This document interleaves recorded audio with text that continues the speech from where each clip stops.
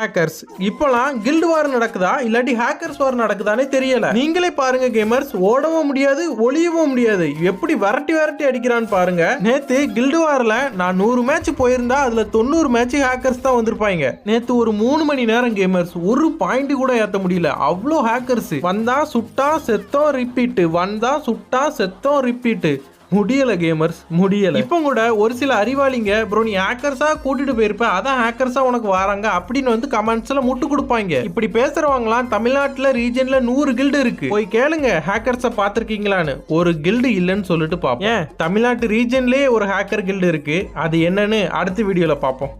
அப்படியே சப்ஸ்கிரைப் பண்ணிருங்க. ஹேக்கர்ஸ் இப்போலாம் கில்டு வார் நடக்குதா இல்லாட்டி ஹேக்கர்ஸ் வார் நடக்குதானே தெரியல. நீங்களே பாருங்க கேமர்ஸ், ஓடவும் முடியாது ஒளியவும் முடியாது, எப்படி விரட்டி விரட்டி அடிக்கிறான்னு பாருங்க. நேத்து கில்டு வார்ல நான் 100 மேட்ச் போயிருந்தா அதுல 90 மேட்ச் ஹேக்கர்ஸ் தான் வந்திருப்பாங்க. நேத்து ஒரு 3 மணி